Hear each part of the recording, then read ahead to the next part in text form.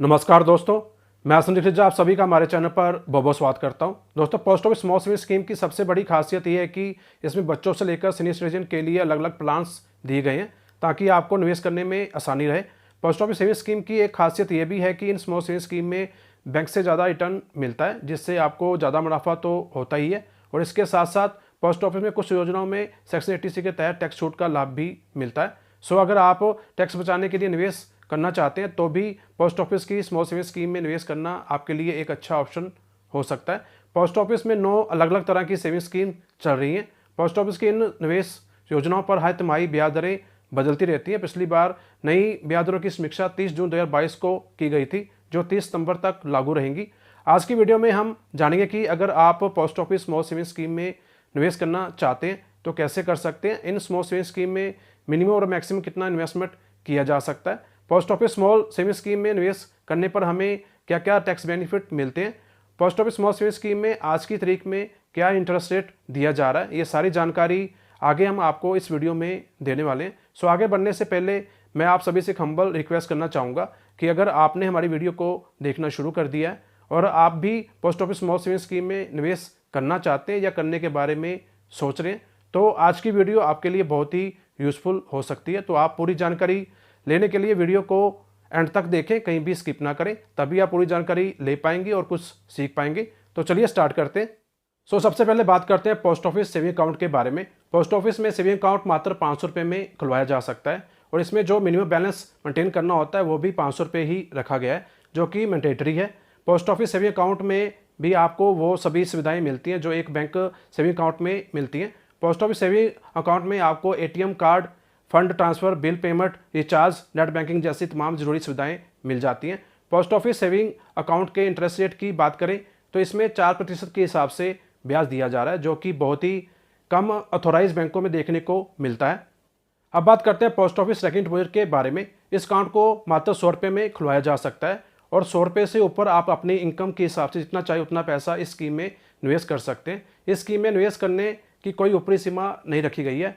Post office recurring deposit scheme की खासियत यह है कि इस अकाउंट में आप अपने इनकम के हिसाब से अपनी छोटी बचत को हर महीने किस्तों में जमा करवा सकते हैं और अपने लिए एक बड़ा फंड तैयार कर सकते हैं। फिलहाल डाकघर में 5 साल के लिए ही RD अकाउंट खुलवाया जा सकता है, लेकिन अगर आप चाहें तो इसे 5-5 साल के अंतराल में आगे भी बढ़ाया जा सकता है। डाकघर की RD में आपको सिंगल अकाउंट और जॉइंट अकाउंट दोनों की सुविधा मिल जाती है। पोस्ट ऑफिस RD अकाउंट 10 साल से ऊपर के बच्चों के नाम पर भी खुलवाया जा सकता है। और अगर हम post office recurring deposit scheme के इंटरेस्ट रेट की बात करें तो इसमें 5.8% के हिसाब से इंटरेस्ट मिल रहा है।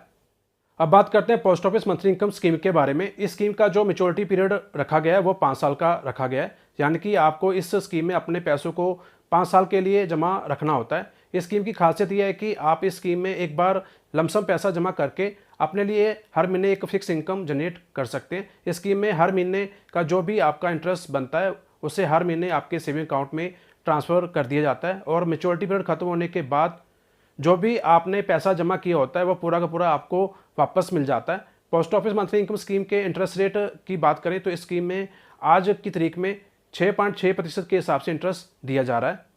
अब बात करते हैं पोस्ट ऑफिस स्कीम NSC के बारे में। इस स्कीम में आप पैसा निवेश करके नेशनल सेविंग सर्टिफिकेट खरीद सकते हैं। ये एक प्रकार के बचत पत्र ही होते हैं और इन बचत पत्रों को आप अपनी फैमिली मेंबर के नाम से भी खरीद सकते हैं। और NSC में आपको जॉइंट अकाउंट का ऑप्शन भी मिल जाता है। NSC का मैच्योरिटी पीरियड 5 साल का होता है और मैच्योरिटी पीरियड खत्म होने के बाद जितना पैसा आपने इसमें इन्वेस्ट किया होता है वो पूरा का पूरा पैसा आपको ब्याज समेत वापस मिल जाता है। NSC के इंटरेस्ट रेट की बात करें तो इस पर 6.8% के हिसाब से इंटरेस्ट दिया जा रहा है। इस स्कीम में भी सरकार द्वारा 1.5 लाख तक की इन्वेस्टमेंट पर टैक्स में छूट दी जाती है, जिसे आप 80C के अंतर्गत क्लेम कर सकते हैं। अगर हम बात करें पोस्ट ऑफिस स्कीम किसान विकास पत्र के बारे में तो यह भी एक प्रकार के बचत पत्र ही होते हैं। इस स्कीम की सबसे बड़ी खासियत यह है कि इसमें जमा किया हुआ पैसा एक निश्चित अवधि में दुगना होकर वापस मिलता है। इस स्कीम में अगर आप आज पैसा निवेश करते हैं तो वो पैसा आपको 124 महीने में, यानी कि 10 साल 4 महीने में दुगना होकर वापस मिलेगा। इस स्कीम का जो लॉक इन पीरियड होता है वो 2.5 साल का होता है, यानी अगर आपको 2.5 साल की मियाद पूरी होने के बाद इमरजेंसी पैसों की जरूरत पड़ती है तो आप अपने पैसों को निकाल भी सकते हैं। किसान विकास पत्र के इंटरेस्ट रेट की बात करें तो इस स्कीम में 6.9% के हिसाब से इंटरेस्ट दिया जा रहा है। अब बात करते हैं post office senior citizen saving scheme के बारे में। इस स्कीम को सीनियर सिटीजन को ध्यान में रखकर बनाया गया है, इसलिए इस स्कीम में 60 साल या 60 साल से अधिक एज ग्रुप के लोग ही निवेश कर सकते हैं जो रिटायरमेंट ले चुके हैं। इस स्कीम का मैच्योरिटी पीरियड 5 साल का होता है। इस स्कीम की खासियत यह है कि इस स्कीम में आपको हर तिमाही पर ब्याज के रूप में आमदनी होनी शुरू हो जाती है, जिससे कि आप रिटायरमेंट के बाद भी अपने खर्चों को आसानी से मैनेज कर सकते हैं। और मैच्योरिटी पीरियड खत्म होने के बाद जो भी पैसा आपने इस स्कीम में निवेश किया होता है वो पूरा का पूरा पैसा आपको वापस मिल जाता है। सीनियर सिटीजन सेविंग स्कीम में 7.4% इंटरेस्ट दिया जा रहा है। अब बात करते हैं पोस्ट ऑफिस की एक और बेहतरीन स्कीम के बारे में, जिसका नाम है पब्लिक प्रोविडेंट फंड। इस स्कीम का मैच्योरिटी पीरियड 15 साल का होता है। पोस्ट ऑफिस में पीपीएफ अकाउंट मात्र 500 रुपये में खुलवाया जा सकता है और पीपीएफ अकाउंट में एक वित्त वर्ष में मिनिमम 500 रुपये जमा करवाना जरूरी होता है और मैक्सिमम आप इस स्कीम में 1.5 लाख तक की इन्वेस्टमेंट कर सकते हैं।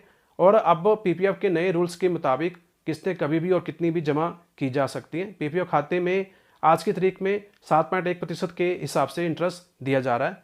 पीपीएफ अकाउंट की सबसे बड़ी खासियत यह है कि यह एग्जम्प्ट कैटेगरी में आता है। इसके इन्वेस्टमेंट अमाउंट, इंटरेस्ट और मैच्योरिटी तीनों पर सरकार द्वारा कोई भी टैक्स नहीं लगाया जाता है, यानी यह पूरी तरह से टैक्स फ्री है। तो ऐसे में अगर आप टैक्स सेविंग के लिए निवेश करना चाहते हैं तो आपके लिए पीपीएफ एक बेस्ट ऑप्शन हो सकता है। अब बात करते हैं post office time deposit scheme के बारे में।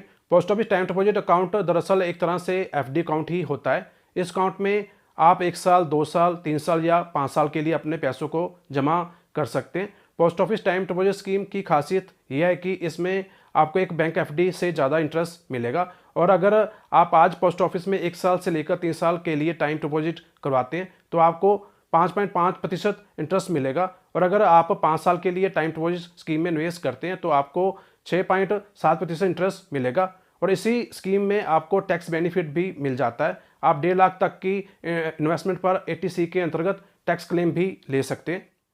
अब लास्ट में बात करते हैं पोस्ट ऑफिस की एक और बेहतरीन स्कीम के बारे में, जिसका नाम है सुकन्या समृद्धि योजना। इस स्कीम को बेटियों को ध्यान में रखकर बनाया गया है ताकि उन्हें अच्छी शिक्षा और आर्थिक मदद मिल सके। इस स्कीम का जो मैच्योरिटी पीरियड होता है वो 21 साल का होता है, लेकिन आपको पैसा सिर्फ शुरुआत के 14 साल ही जमा करना होता है। इस योजना में आप जो भी पैसा जमा करते हैं वो 21 साल बाद आपको ब्याज समेत मिल जाता है। इस अकाउंट को आप मात्र 250 रुपये में खुलवा सकते हैं और एक वित्त वर्ष में कम से कम 250 रुपये और अधिकतम 1.5 लाख रुपये इस अकाउंट में जमा किए जा सकते हैं। इस स्कीम में 7.6% के हिसाब से ब्याज मिल रहा है। सुकन्या समृद्धि योजना में आप एक वित्त वर्ष में 1.5 लाख तक की टैक्स पर छूट भी ले सकते हैं। आज की वीडियो में बस इतना ही। आशा करता हूं कि आपको पोस्ट ऑफिस की सभी स्कीम्स की प्रॉपर जानकारी मिल गई होगी। फिर भी अगर आपके कोई सवाल हो या आप post office small saving scheme के बारे में कोई और जानकारी लेना चाहते हो तो हमें कमेंट बॉक्स में पूछ सकते हैं। अगर आज की वीडियो आपके लिए थोड़ी सी भी यूज़फुल रही हो तो आप वीडियो को लाइक जरूर करके जाइएगा और इस जानकारी को शेयर जरूर कीजिएगा अपने दोस्तों में, रिश्तेदारों में, ताकि ये जानकारी और लोगों तक भी पहुँच सके। और जाते जाते आप सभी से एक हम्बल रिक्वेस्ट और करना चाहूँगा कि अगर आप हमारी वीडियो को पहली बार देख रहे हैं या अभी तक आपने हमारे चैनल को सब्सक्राइब नहीं किया है तो नीचे आ रहे लाल बटन को दबाकर सब्सक्राइब जरूर कर लें और साथ ही बेल आइकन को भी प्रेस कर दें ताकि हमारी सभी आने वाली वीडियो के बारे में आपको नोटिफिकेशन मिलता रहे और आप कोई भी जानकारी मिस ना करें। मिलते हैं नेक्स्ट वीडियो में एक नई जानकारी के साथ। तब तक के लिए गुड बाय।